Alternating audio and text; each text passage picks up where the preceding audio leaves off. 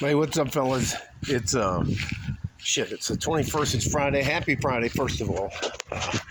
The Franklin Mountains in the backyard, trees. Um, Gonna talk to you about two things. Today is I'm going back inside. It's 104 degrees, but it's a dry heat.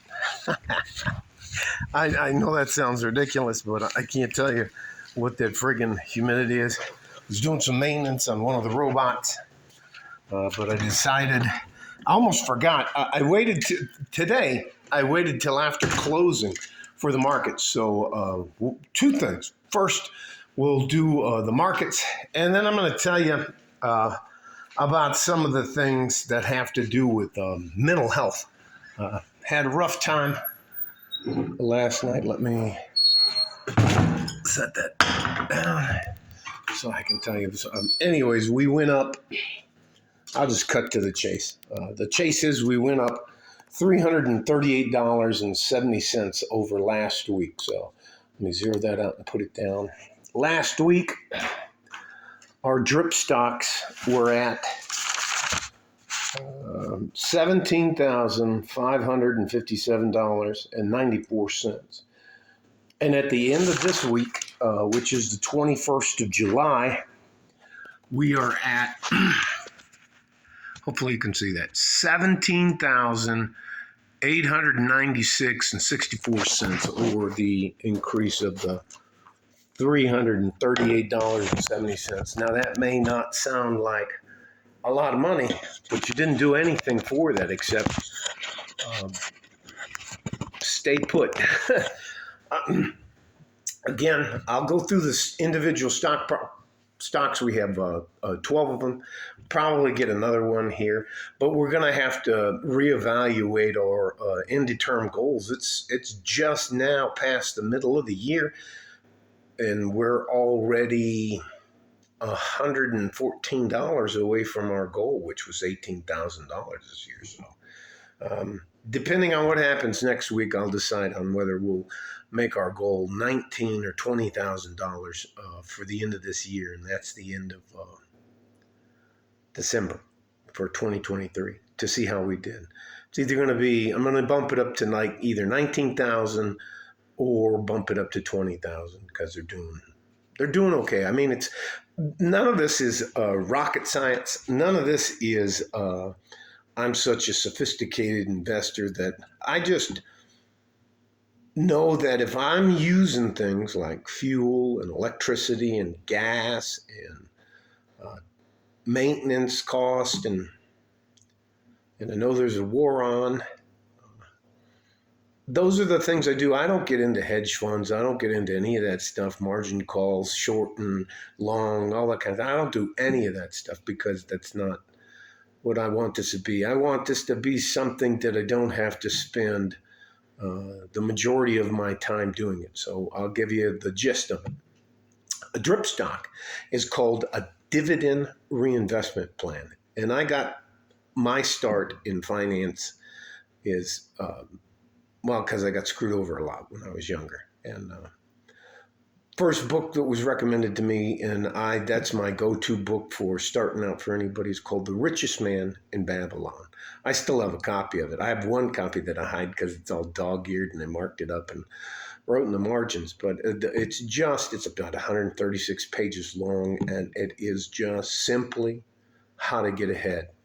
Now, I don't do any of this for the purposes of taking money from you or telling you have to like or subscribe or anything. I just want some of you guys out there to know that there are people out there that are going to try to help you and not try to take anything from you.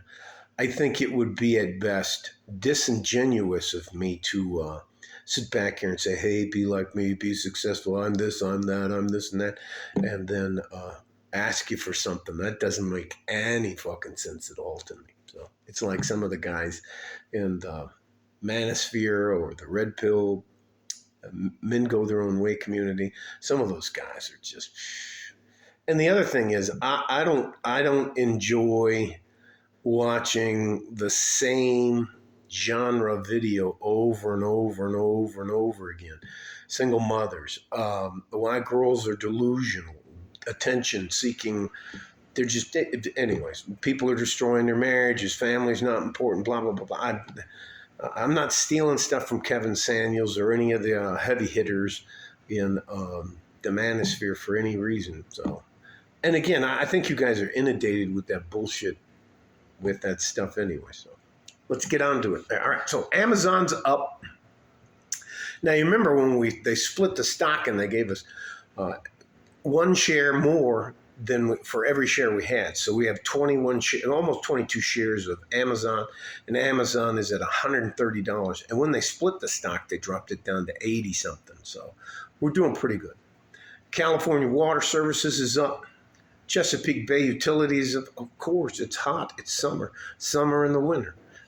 I mean, we all need, I know this may sound crazy to you, electricity and the gas. Costco is up. ExxonMobil, again, there's fuel.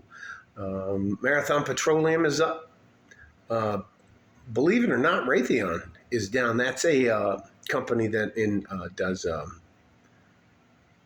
weapons manufacturing. And that may seem a bit morbid, but as soon as the war ends, we'll get rid of that stock and fold all the rest of that stuff into something else. Clorox Company is up. Coca-Cola Company is up. J.M. Smuckers is down 2 pennies. And here, I don't know if you guys know much about the J.M. Smucker Company, but they are, they make a lot of dog food and cat food, and that's a little poke in the eye for those dog ladies and cat ladies. And those of you who are delusional and going to end up being dog ladies and cat ladies, you're going to be happy. You're going to think you're so happy in your empty apartment with you and your cats, and you can go and check your purse or shoe collection out. All right, Tyson's Food is up, and Walmart is up. Again, there aren't any stocks in here that should be, they're not rocket science to buy. We all need food. I use Walmart. I like shopping at Walmart. I like using Amazon. James Smucker Company was a guilty pleasure. But the rest of that Coca-Cola, I got the reason I use Coca-Cola is because of Charlie Munger and Warren Buffett, the guys who run Berkshire Hathaway. You want good advice on money, good solid advice on money. Those two guys you can't beat them. I mean, look at the price per share for one share of Berkshire Hathaway. I think it's like $250,000 or $300,000 for a single share in the company. Anyway, so out of the 12, we have 10 of them on the upside and 2 of them on the downside. So that's it. And again, it's the name of the company is ComputerShare, one word. And if you put in .com, you can sign up for a free account. I just linked my checking account, one of my checking accounts to it, and the money comes out of there. So a dividend reinvestment plan is the company says, if you're going to directly invest in our company for, let's say, 10 months in a row, if you give us $10 a month for 10 months, you can buy the stock directly from us, and we'll make you a shareholder of record. It means you can vote, you can do all that kind of stuff. I was like, hey, well, fuck, I don't have to pay a broker or anything. And pretty much ComputerShare.com is a clearinghouse. Now, they'll have in there, as part of the prospectus, a fee that you have to pay when you sell your stock. And there's like a fee when you purchase a stock. So if to participate in the dividend reinvestment plan, it's $25 a month. And then I check in the fees. Well, there's a transaction fee of 20 cents or $1 or whatever it is. I just make it $26 or $26.20. So that anyways, I hope I'm making a point. But we're doing well. We're going to have to raise the bar. And if you remember back in January and February, it was economic collapse. It's going to be a food shortage and da-da-da-da-da. Fuck out of here. We're stumbling around. Are things great? No, they're not. But are they that bad? No.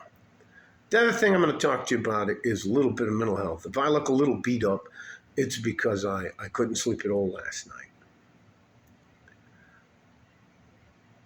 Some of the things that happened to me in the military I wouldn't wish on anybody. I don't know if any of you guys have been hurt on the job. I don't know if any of you guys have been in serious car accidents where you had to spend a lot of time in the hospital. I wouldn't want any of you guys to see what can happen to human bodies when they're involved in war. Not face-to-face fighting it out with guns and knives, and then I'm talking about rockets and missiles, and now there's drones. And anyways, I just couldn't sleep. I was having, I get what they're called. I just have some stuff that messes me up to where if I have those dreams about what happened to me, I just can't sleep. And I'm not going to get up here and run around or do anything like that. I get up and I'll exercise. I'll go for a walk, try to do something constructive. And by that, I'm passing this on to you. As a 57-year-old man, you have to, I'm asking you to, I'm not telling you have to do anything. I'm asking you to give yourself a break, especially when you make a mistake. If it's a good, honest mistake and it's not malicious and you're not trying to hurt somebody or screw somebody over, then shit happens. Shit happens. Shit's going to happen in your life. There's going to be car accidents. There's going to be people who break your heart. There's going to be terrible things, but there's also going to be good things. And you need to try to remind yourself about the good things. For me, I keep to myself. You'll never see, every once in a while I'll go to a party, but it's because of what my wife does for a job. I like a good cup of coffee, maybe listen to the birds outside, going for a walk, staying in decent physical shape, being able to eat healthier, understanding how much I enjoy my peace of mind than worrying about what's going on in the world. All that to say this, I hope, because by the time you get to be my age, it doesn't matter if you're going to have dents and dings and scuff marks, and you're going to be set in your ways a little bit, but there's always room to change, and you always need to give yourself a break. One of the things that I learned, I think his name is Peter Atta, is if I make a mistake, I pretend that one of my closest friends made that mistake, and rather than get all upset, I talk out loud, and I explain to that person, I talked out loud to myself, but acting like I'm talking to that person, and you wouldn't believe how much different, if it's someone you actually care about, you don't say horrible things.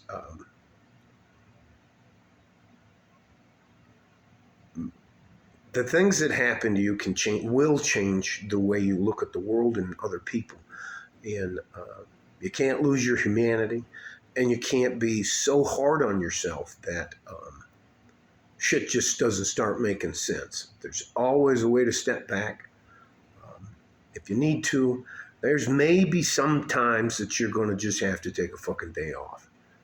Or you're just going to say, fuck it, and not let it get you down. We learn from our mistakes. I believe that part of what Nietzsche said is true. If it doesn't kill us, it'll make you stronger. But